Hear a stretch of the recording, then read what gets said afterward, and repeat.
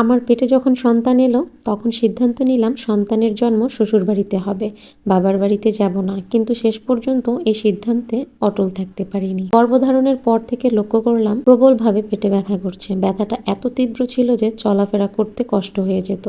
স্বামীকে বললে সে ডাক্তারের কাছে নিয়ে গেল। ডাক্তার বললেন বিশ্রামে থাকতে, কিন্তু 2-1 দিন আমাকে শুয়ে বসে থাকতে দেখে শাশুড়ির মেজাজটা খারাপ হয়ে গেল। তিনি একদিন রুমে এসে কাটা কাটা উচ্চ স্বরে বললেন, সন্তান তো আমিও ধারণ করেছি, কিন্তু তখন তো তোমার মতো এভাবে শুয়ে বসে থাকিনি, এসব ঢং বাদ দাও।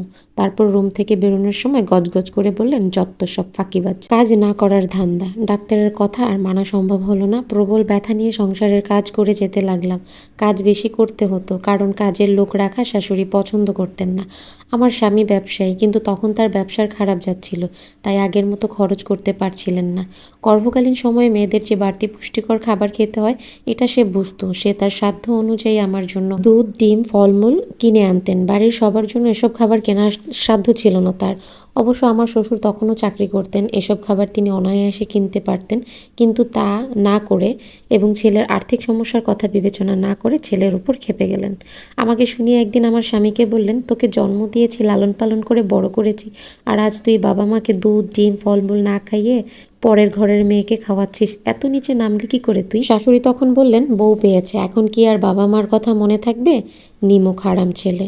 স্বামী তখন নরম স্বরে বলল, আমার এখন ব্যবসা ভালো যাচ্ছে না, তাই সবার জন্য ওসব খাবার কিনতে পারছি না। বউকে তো বিলাসিতে করে খাওয়াচ্ছি না, ওর এখন পুষ্টি খাবার দরকার।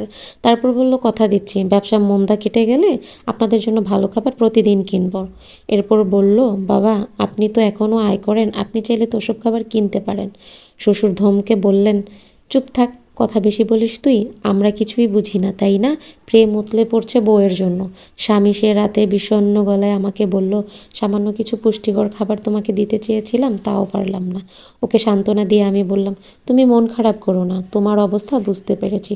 অতিরিক্ত কাজ করা এবং পুষ্টিকর খাবার নিয়মিত না খাওয়ার কারণে রক্তশূন্যতা এবং পুষ্টিহীনতায় আমার অবস্থা যখন খুব বেশি অবনত হতে লাগলো, তখন পেটের বাচ্চার কথা ভেবে ভয় পেয়ে গেলাম। ভাবলাম ওর যদি কিছু হয়ে যায়।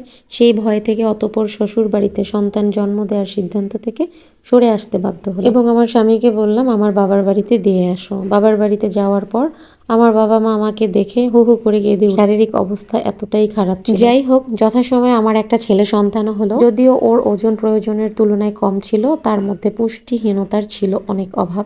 আল্লাহর রহমতে আমি এবং ছেলে দুজনেই সুস্থ থাকলাম। এভাবে কেটে গেল 30 বছর। 30 বছর পরের কথা, স্বামী এবং শ্বশুর শাশুড়ি মারা গেছেন। ছেলেকে বিয়ে করালাম। তারপর পুত্রবধূ যখন গর্ভবতী হলো, তখন বউয়ের হাত ধরে বললাম, মাগো তোমারই যখন কোনো সমস্যা হবে আমাকে বলবে, আমি ঘরের সমস্ত কাজগুলো করে দিব, তোমার কাজ করার কোনোই দরকার নেই। মাসখানেক পর ছেলে এসে সন্ধ্যায় আমাকে বলল, আজ শ্বশুর ফোন করেছে, তার মেয়েকে বাড়ি নিয়ে যেতে বলেছে তাদের বাড়িতে মেয়েদের যত্ন ঠিকঠাক মতো হবে। তো এই কথা শুনে তোমার বউ কি বলল জানো? আমি বললাম, কি বলল? বলল, না বাবা, বাড়ি যাব না, সন্তান এখানে হবে। শাশুড়ি মা এত ভালো যে বলে বোঝাতে পারবো না। তিনি আমাকে আপন সন্তানের মতো ভালোবাসেন। শুনে আমার 2 চোখ জলে ভরে গেল, কারণ এরকম যত্ন আমি আমার শাশুড়ির কাছ থেকে পাইনি, যেটা আমার বউ আমার কাছ থেকে পেয়ে। যাই হোক, অন্তত একটা মেয়ে তার শাশুড়ির উপর ভরসা করে এই কথাটা বলতে পারলো, তার জীবনটা আমার মতো হলো না, এটা ভেবে আমি শান্তি পেলাম। গল্পটা এক আপুর কাছ থেকে নেওয়া। আপনাদের কাছে কেমন লেগেছে অবশ্যই কমেন্ট করে জানাবেন। তো আজ এই পর্যন্ত, আল্লাহ হাফেজ।